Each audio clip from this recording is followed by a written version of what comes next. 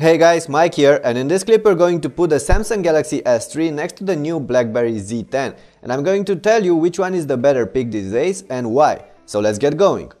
Aesthetically, the two are miles apart. Yes, both are made from plastic, but there's the glossy finishing on the Galaxy on one side and the matte and grippy one on the Z10 on the other. So I can't really say which one is the most appealing, that's up to you to decide, but I can tell you that the Blackberry is the more robust handset of the two. Of course, the Z10 is slightly more compact than the SGS3 since it offers a smaller screen, but it's actually a bit thicker and heavier as well. As a result, both phones feel alright in hand, although I for one do find the Galaxy just a bit too large, and some of you might as well, especially if you're coming from an iPhone or any other phone with a smaller display. Having a look around the two devices, you'll notice that they are pretty close when it comes to ports and features. On the SGS3 there's a micro USB port that acts as video output as well, while on the Z10 you get separated micro USB and micro HDMI ports.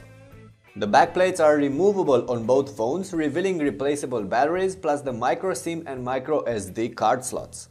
Flipping the phones over, it's time to have a look at the front faces. On the SGS3 there's a 4.8-inch screen, while on the Z10 there's only a 4.2-inch one. A front-facing camera, some sensors and a notification LED are to be found on top of the two screens in either case. On the Samsung there's also a home button flanked by two capacitive controls on the bottom as well, but nothing of this sort on the Blackberry, and you'll find out a bit later why. Speaking about the displays, there's more setting them apart besides the size. The Samsung uses an AMOLED panel with a pentile matrix, which means that blacks are truly black and colors are oversaturated and a bit unrealistic, while the Blackberry uses an IPS panel with an RGB matrix, which makes the screen brighter, does better in strong light, and the colors more natural looking. The contrast and black levels, however, are not impressive. Even so, I for one fancy the screen on the Z10, but you on the other hand might not. That's only a matter of personal preference. Let's move on and have a look at the things you can actually do with these two devices. I'm not going to focus on hardware specs, those aren't really that important since both phones are going to be more than powerful enough for most of you.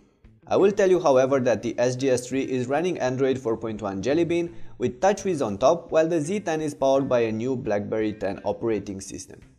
Of course, it's difficult to say which one is better than the other, as they are so different. Both OSs have their learning curves and both can be enjoyable once you get a hold of how they work.